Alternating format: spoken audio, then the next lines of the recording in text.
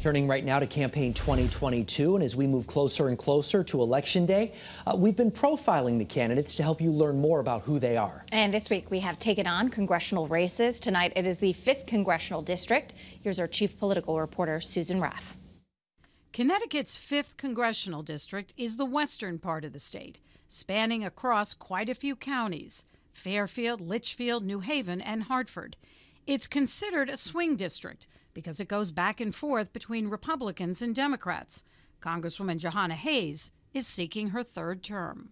Having been a single mom, being the wife of a police officer, having been an educator, having been so deeply invested and involved in my community, having been of service on so many levels, are exactly the head and the heart that I needed in the last 2 years in this Congress. If he didn't like him, what might he have said?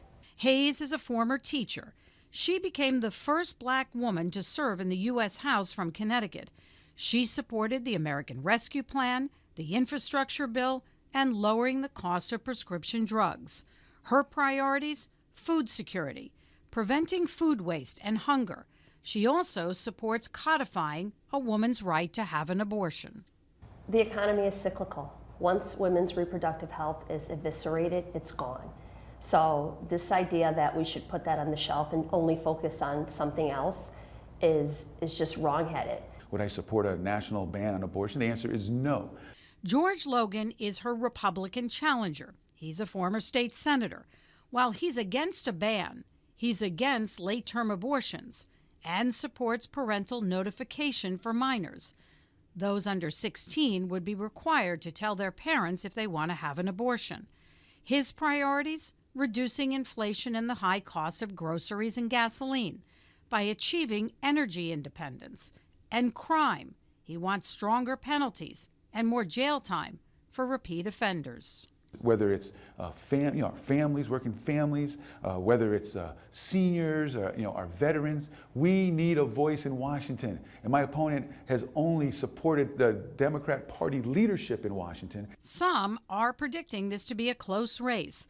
A lot of money from national committees and super PACs are coming in for both candidates.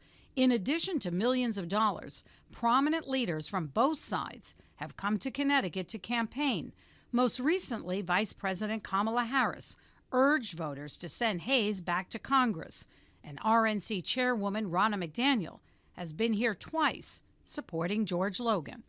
This week, we've been profiling all 5 congressional districts, helping voters see who the candidates are and what they're all about. And we have plenty more races to come next week: the Senate, governor's race, and Secretary of the State. Susan Raff, Channel 3 Eyewitness News.